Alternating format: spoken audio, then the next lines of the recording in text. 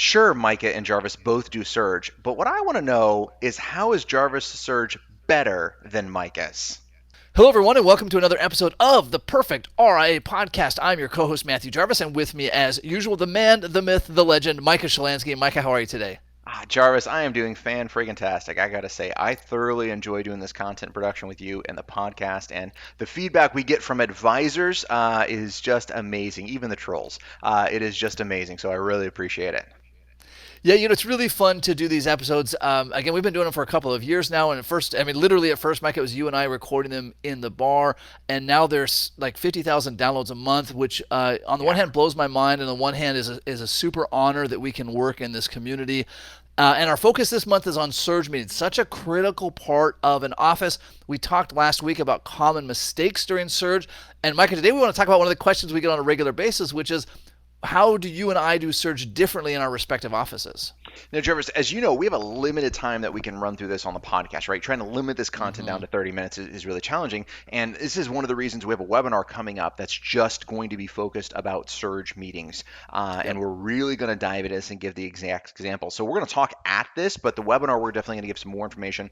And I love it because we're going to have that live interaction with our audience to help answer their questions. But the power of surge we've talked about on many episodes, but there's little things that you and I tend to do slightly different. And I want to be hyper intentional about this comment right here about our differences. Our differences are hyper intentional, right? It's not random that they're different, but sometimes Jarvis and I are solving for two different things. Mm-hmm. One of the big things we do is how many meetings do we do per day? And Yep. Jarvis, you jokingly say that you don't have the stamina for it, blah, blah, blah. That I think is a joke and a little head trash because you could absolutely do it. The reality is, I wanted to change my surge up. I had twice as many Mm-hmm. households. I wanted to see them in a more condensed period in time. Therefore, I needed more meetings per day. So I was hyper intentional about choosing to do 7 to 8 meetings a day so I could keep a large group of clients and still only have a 6 week surge. That's what I've been running in the past. Versus you were solving for something slightly different. Yeah, and the key here with the surge meetings and really with everything at the Perfect RA is be intentional, right? Why am I doing it this way, and how can I improve it? Right? Why do my meetings start at these times? Why are they this length? What's the gap between them? Can the gap be shorter? Does it need to be longer? Right? And so we're going to look through some of these, but it's so critical to be intentional and to always be asking yourself why. Why am I doing it this way? Is it because I was being intentional, or did I somehow fall into this pattern, this habit, and I just kept doing it that way? Yes. So let's go through how many meetings that we're doing, the length of our meetings, etc. Because I do think there's some nuanced differences, and let's kind of talk about those why. One, I will do 7 to 8 meetings a day, depending on kind of video. My video meetings take a little bit less time, which is phenomenal. They normally take like 45 minutes versus in-person Mm-hmm. meetings are about 55 to 60 minutes. My meetings are booked 1 hour, and I have a 15-minute break between the meetings to go to the next one. So what that normally means is as I'm getting out of one meeting, my next client is in the lobby waiting for me. I exit one client, I chit chat real quick with the next client, I then leave, refresh myself, get a cup of coffee, and boom, I'm on to the next Mm-hmm. meeting. If I'm doing everything sporty, I also have time to do my dictation in between my meetings, which takes about 3 to 5 minutes to dictate all of my notes and to get those out.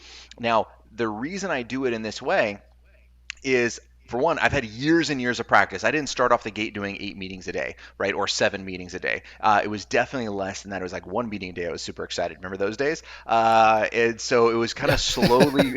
Sorry, that one took me back. I'm like, oh yeah, I do remember those days. If I could only have one meeting, Yeah, uh, yeah. So that was the kind of the journey through it. But one of the things that I had to realize, Jarvis, going through this is I had to hone my mind and my body. I'm not trying to be too zen here to mm-mm, really stay engaged for that period in time. My first meeting is at 7 a.m. My last meeting starts at 3. So that means I'm done somewhere. My 3 to 4 is the meeting. Then I got to debrief. I got to do all that stuff. That means 4:30 to 5 is when I'm done. But if my first meeting starts at 7, that means I'm at the office by 6:15, 6:30. That means I'm up at 5 in the morning, right? And I rinse and repeat for a 6 week period in time. So I gotta be sharp during this period in time. I gotta be in a mm-hmm. good physical place to make sure I can perform because I really view these 60 minutes as performances. I gotta be showing up with my A game during this period in time. Yeah, I love that intentionality there. And another example of that, our good friend Benjamin Brandt, who did a Surge Masterclass that's on the Perfect RA website, right? He doesn't ever start his meetings until after he's dropped his kids off for school, right? That's his intentionality. Like, hey, listen, I've got to drop my kids Perfect. off and get my workout done. So I think his first meeting's around 9 or 10 o'clock. Perfect. It's about being incredibly intentional. So I typically do 6 meetings a day. My first one is at 8 a.m. and then the meetings are scheduled every 90 minutes, right? So I have an hour meeting, then I have a 30-minute buffer, and then the next meeting that goes through. I'm just looking at my calendar here. So my last one's at 3:30. And then the other thing that we've added to our office, Micah, with adding Alex to the team, is that our meeting start times stagger by a half an hour. So if I have a meeting at 8, his meeting's at 8:30. The reason for that is that there's a little bit of overlap. So if I need to step in and do some handoff to answer a question, which rarely happens, but it was a lot of peace of mind for him, saying, wait, if our meetings are exactly the same time, if I need something, you'll be in a meeting, I can't get that. Okay, cool. Right. So let's stagger these by a half an hour, again, being intentional. I love that. So does Alex do the same number of meetings? So is he still doing 6 meetings a day? Well, we'll see if Alex is listening to this episode. So now Alex does 6 meetings a day, and I only do 4 meetings a day because I have Ooh. other things to work on. Like I've been paring back the number of meetings. In fact, this search cycle, I think I'm probably only going to be there one day a week doing meetings. So I'm going to go down from doing 6 a day, 3 days a week, to doing 4, one day a week. I'm experimenting that with a little bit right now, trying to find some intentionality there. Yeah, and intentional. That's the key thing, right? Being really, really focused inside there. What I tell advisors to do is, I really think 4 meetings a day is pretty much everybody can do that, right? Yes, Focused on that's a that minimum. 60 Yeah. minutes at the minimum. So we could easily stagger for 2 in the mornings, 2 in the afternoons, piece of cake to Hmm. do. Once you start pushing 5 or 6, this isn't something to jump into. So if you're doing it 1 meeting a day, moving to 3 to 4 just fine. Do not move to 7. I know Yep. Christian, when he joined our office, wanted to do that, and he was in all of my meetings. But after 3, 4 weeks of doing 7, 8 meetings a day in this period in time, the stories start blending together. And how do you know the Hmm. difference in what was happening in these clients? So again, it's not the physical stamina being able to do this, but it's also the mental stamina. So you got to work your way up to it. Interesting kind of sidebar, Micah, about having a, we'll call it junior advisor for lack of a better term. I don't like that term, but for Yeah. lack of a better term, if you're going to have another advisor sit in your meeting because you're trying to hand off client relationships, you have to have agenda items for them to cover. To expect Yes. them to sit and listen to you tell the same stories 7 meetings a day and stay engaged, let alone conscious through that is impossible. You've got to say, like, here's our agenda. There's 5 bullet points. 4 of them are mine. This one is yours, or these 2 are yours. That way you can hand off credibility there. But that's a whole nother episode. So, Jarvis, with this podcast being a little bit of what the differences is in our Mm, surge, I know one of the yes. things that we had started a little while before. I know when we end our surge meetings with a client, we're prepping them for when our next surge is going to be. So that's pretty much the same between the two, and we're talking about what we're going Hmm. to talk about during that period in time.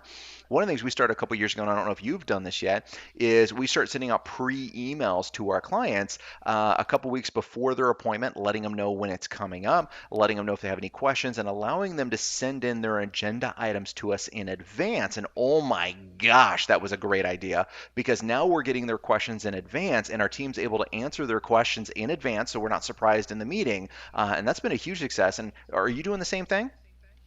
Yeah, after I watched you do it for 2 search cycles, I want to make sure it worked. So That's fair. That's fair. yeah, like it might be a good idea. I don't know. I'm gonna wait. And by the way, this goes back to our endless rant about learn from people who are doing it.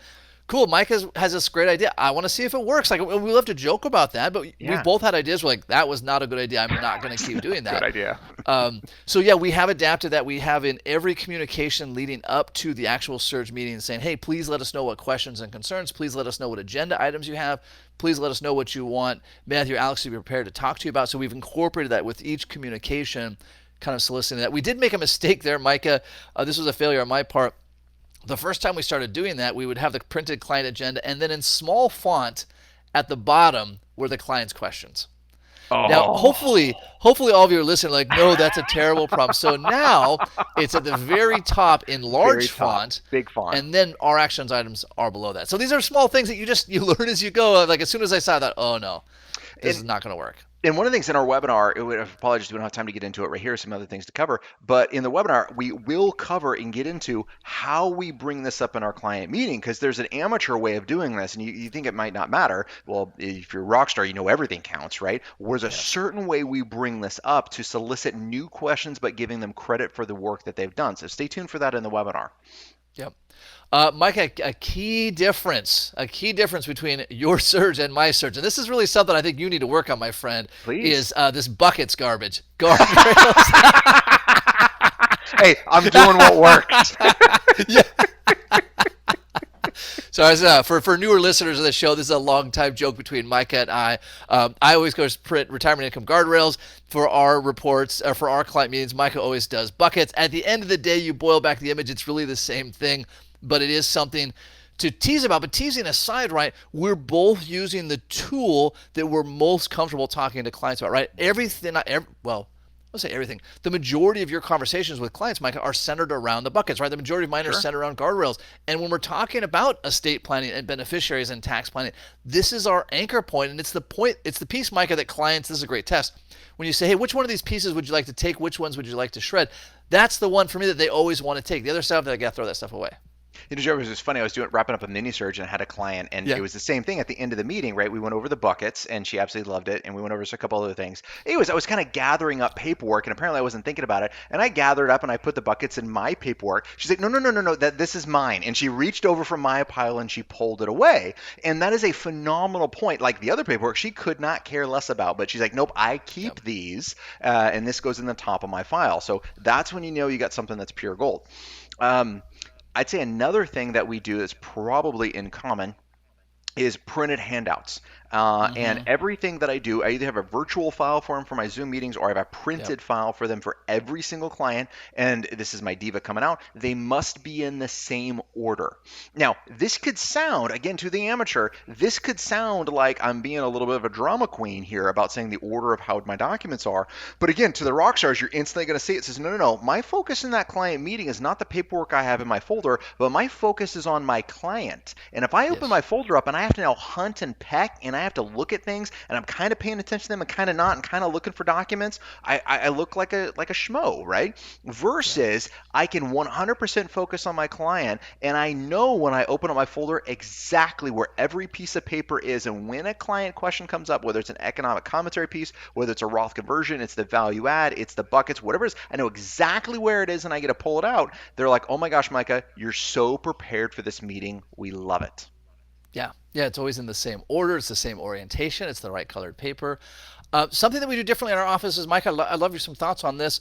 Uh, you have, when a client comes in, right, your RM greets them at the front door, glad to have Right. you, with a cup of coffee, whatnot, and then they stay seated in the lobby. Then you come out to the lobby and then get the client. Whereas I have Colleen does the same kind of steps, but she takes them back to the conference room and sits them down. Curious, I'm sure curious. I don't know if I can answer from my side why we do it that way versus the other. Okay, well, here's so my head trash that's coming out. This is gonna be so funny. I'm trying not to laugh too much. All right, so in your conference room, you have Yeah. three chairs, correct? And so two are on one side of the table and one is kind of on the other. Do I remember that correctly? If it's a couple, yes, yeah, If it's a couple, okay, so it's really self-evident where the couple is supposed to be seated in yep. that. I have a round table, right? Because, King Arthur, it's better. So I have a round table that's there, and I have chairs, but then I have my seat that I want to sit so I can see the door and I can see communication. So one of my head trashes is I'm going to come in, the client's going to be in my friggin' seat, and it's Huh? going to throw my mojo off. Yeah. Versus when I pick up the client, I'm able to guide them in and have them sit in the client-facing seat. I know this is going to sound really stupid, right? And it could I just be know. my head trash, but that's the system we have set up for success. And I'm a little concerned about rocking that boat. I don't blame you. The key is, I think, like you said, the system and the consistency, right? Your team knows here is exactly what happens when a client walks in the door. My team knows here's exactly what happens, right? Yep. Similar to the end of the client meeting, I'm not sure if you do the same thing. About 10 minutes before the meeting time is over, Colleen gently knocks on the door and she opens it and smiles. And I big smile and say, oh, Colleen, thank you so much for keeping me on schedule. And then she closes the door. Now, you do something similar as well. hmm Yep, Sierra comes to the door. She doesn't actually open it because our doors are glass, so we can see through them. But she comes to the door, and generally clients will see her at the same time. And she just Yep. gives a little bit of wave, and they're like, "Oh, yep, I see your next client's here," etc. Then we can help wrap it up. Yeah, again, it's critical to have a system here. hmm By the way, it's also critical. We can hold tangent on here that your meetings always end on time. Right? It's Yes. non-negotiable that your meetings start on time. That's absolutely non-negotiable. They must also end on time. Partly because the client only has so much attention span. Partly because now your team is under the gun because your next meeting is there, and they're like, "What do I tell this person?" Jarvis is still in his meeting, Right. and so that's got to be dialed in. Yeah, you got to be really focused on that. You got to know your talkers, right? This is really, really Yes. focused, and you got to know your body language to keep that conversation moving, so you're not cutting them off, etc. And then you got to have a great way, and we're going to cover this in the webinar, about how to ask important questions first, so you don't get that important question at the end that says, "Oh my gosh, now they're going to talk about their mom who's in Yes. hospice, and I got 2 minutes left, and I got to wrap this damn thing up," right? Because now you seem pretty insensitive. There's important ways about bringing these things up. All right, Jarvis, another difference in our office is the gap in time. I have a 15-minute gap in between Yeah. my meetings, and you have a 30-minute gap. Is that right? Yeah, we do have a 30-minute gap, and I've thought about changing it, but I have some head trash around meeting start times not being at the top or bottom of the hour. So if I'm really being honest, it's really just because I like the symmetry of like my meetings start at 9 and then 10:30 and then Yeah, um but yeah, I would like it to be a little bit shorter because I really would like it to only be 20 minutes. But having a meeting start at 9:40 strikes me as strange. And again, for our listeners, sure. like these guys are insane. I don't know. I just have peace of mind knowing that hey, my at the top of the hour and the bottom of the hour, I need to be ready to walk into a meeting, and it helps me. It was one less thing for me to worry about. And this is a really important side of it too, and I'll talk about why I only have 15 minutes in a second. But my meetings are 7, 8:30, 9:45, 11, 12:30, 1:45, 3. Boom, that's my meetings. It's the end of the day, Every period, single time. right? Yep. Every single time. And the important part of this, and this is especially important to your receptionist or your RM to know who's booking these appointments, a 2:45 is unacceptable because my internal body clock is set around this friggin' schedule, right? And I know what time it is, and I know when my meetings are. I know how much time I have, and I know it sounds funny, but we all get in tune to these types of things. And if all of a sudden I had an 8:15 and a 9:20 and a 7:25, right, or whatever these random times are, I would constantly be watching a clock, be other things, and I'd be thinking about when Mm-hmm. is my next appointment, and I don't get in this autopilot zone. For things that don't need my full cognitive attention, for example, what time the meeting starts, it needs to be in an autopilot zone. My full cognitive attention needs to be on the client. That's the reason my paperwork's in the same way. That's my appointments are all the same time. That's why my prep is always the same thing. That needs to be on autopilot, so all my decision-making power is focused on my client. That is massive value Yeah. Yeah, that's an easy one to miss, Michael. We see that in offices all the all the time time. where you're using, or not you personally, but advisors are using their cognitive brain power, which is limited, right? We all exist Hmm. on a spectrum. It's limited, and you're using it to check your email alerts or to answer the phones or to wonder if the client's standing in the lobby or if they've gotten their coffee. Like I can't use any, I have no spare brain power for that. I need all of my brain power to do my meetings, right, to deliver massive value. I can't be worried about like, did they get offered copy appropriately? Yep. Nope, I cannot have any thought around that during Surge Week. Oh my gosh, and I'm sure you have the same in your office. We never talked about it before, but there's a certain way that my RMs are to greet the client, offer them beverage, and notify me when the client is there and ready for their appointment. If they're Mm-hmm. there and they went to the restroom and I come up front, I'm like, WTF, where's the client? Yep. Right? Yep. That is a failure on the RM team. It is they're there and when they are ready for that appointment. So when I come up, I'm not worried about making these last minute decisions and figuring things out. It sounds like a diva thing, but this is No, it's really not. focused on hyper awareness to delivering massive value to your clients.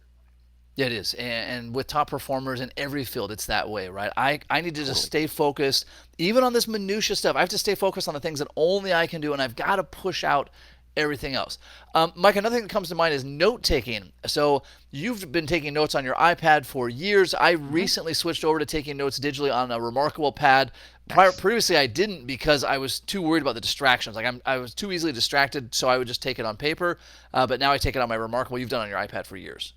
Yeah, so in our custom CRM that we built, one of the things that it does is it produces all of my documents for that client for the day in our meetings, which I just found is fan friggin' tastic. And so I get all of those in an iPad, and then I can jot down all of my notes inside of that. Then at the end of the day, I zip that off into our drive, and our team has all of our notes digital. Huh. This includes all of the key financial information for the client, so I don't have to go look it up all the time. This has client tasks, this has advisor tasks, this has due dates inside of it. Also has a distribution table, which I'm a huge friggin' fan of. We just set this up Mm, this last year. mm-hmm. It has a distribution table in it for the last 12 months, so I can see not only how much is a client taking out per account, but how much is going to taxes, which is fantastic, right? So now I instantly have this information at hand because while I love the buckets report and the guardrails is good too, it doesn't talk about tax withholdings, right? Which is a key part.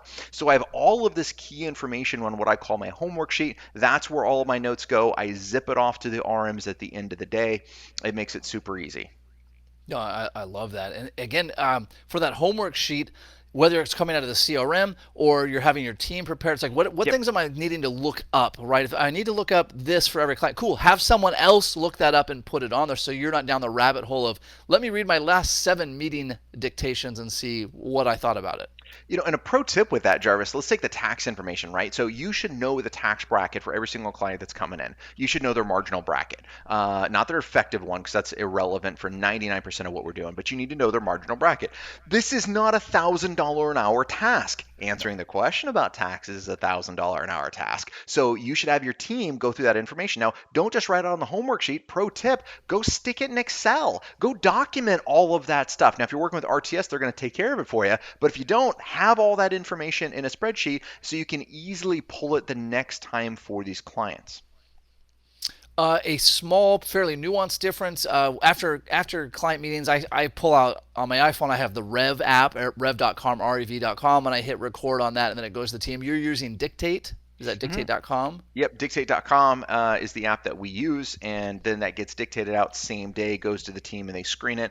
We Yep. try to keep the dictation between 3 and 5 minutes to go through it, which Yep. just really isn't an issue for me to go through that process. And then all dictation must be done before the advisor leaves the office. Period. End of sentence. There's no tomorrow Mm-hmm. morning I'm going to get around to doing my dictation because I No. got late. Before you leave the office, all dictation has to be done. Micah, a funny story on dictation. Most of the dictation services charge by the minute. And so I would notice as I'm recording that it was getting closer to the next minute. And so I would start talking faster and faster until the dictations would come back from the transcription. And the last like couple sentences would just say inaudible. And so Colleen finally said, she's like, Matt, it's $1.25 a minute. Like, would you like me to take out of my paycheck the $1.25 so that you can speak clearly through to the end? Like, we've worked together a long time, like in 10 years now. But she's like, hey, listen, if you want me to pay for this, I will. But you sending a dictation that I can't hear the last 2 minutes of doesn't help. Like, that's not dollar savings there. That's so funny, but it's true, right? And this is getting to know yourself. And Jarvis, actually, I want to get back to this difference in meeting gaps of 15 minutes to 30 Mm, minutes. The reason I do 15 minutes is twofold. One, I want a few more meetings a day. yeah. But the other thing I was noticing, if I have more than 15 minutes, that's just enough time where I can get into somebody else's work. That's just enough time where I'm going to start poking around in other people's projects, start listening to their phone calls, start going through Yeah. how the ops team and how the RM team is doing it. And now I'm sidetracked on what they're doing versus focus on what I need to be doing, which is delivering value to clients. So I got to know myself and I got to keep myself busy enough in my lane where I'm not going to Mm-hmm. start playing in other things. Oh, totally. Or you're just going to play Office during that period of time, right? Oh That's what my happens when you gosh. have big gaps, right? Like, oh, well, let me just check the Wall Street Journal really quick. Let me just do this. Let me go troll social media, like whatever it is. That's not getting you in a good headspace. It's just burning up time. Absolutely. Um, Another thing that we go through with this on the surge side, and we kind of talked about it in our last podcast that we might do a little bit different, is when we do post-surge and pre-surge meetings. So we like to do pre-surge and post-surge with our teams. Mm, Now, what yep. we found with post-surge, and you actually do it, you talked about this last podcast, you do it like right before your surge ends. Hmm. Our post-surge meetings needs to be right after the advisor surge ends, because keep in mind when we're done, the ops team and the RM still have work to do. But as soon as we wrap up the advisor surge, we got to have that post surge meeting, even though they still have a lot of work to do on their end. We got to carve out a day. It has to be off site, have pizza and beer, and pros and cons of everything that happened during surge. Yeah. Yeah, and I stopped calling. I had a coach convince me to stop calling it pros and cons. We do a list of what are things that work. Like let's celebrate things Wins that and worked, and fails. what, yeah, what do we want to do different? Yeah, wins and fails. What do we want to do differently next time? So Sure. we'll like, hey, this worked. What would we like to do differently next time? Just a little mindset thing. Something else I think that we do differently when I'm doing Zoom meetings.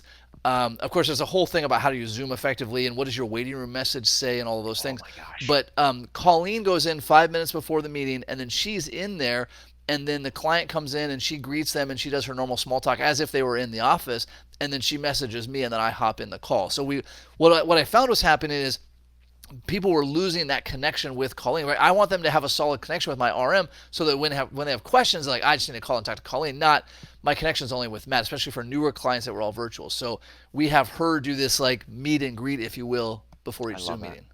Jarvis, I forget my apology on this one. One of the things we do at Victoria, our RMs, they do a post-meeting follow-up call about 5 to 7 days after the meeting. And so they're going to review things that we talked about in the meeting. They're going to go over client homework. Did they get it done? They're going to go over the Shalansky homework. Did we get it done? Any follow-up, etc. And again, that happens roughly a week after. I can't recall. Do you guys do the same thing? I've wanted to. We haven't ever adapted that because, again, I just haven't ever allocated time and resources for it. But it's definitely been something I've always wanted to implement. Highly recommend. It seems like it makes a lot of sense.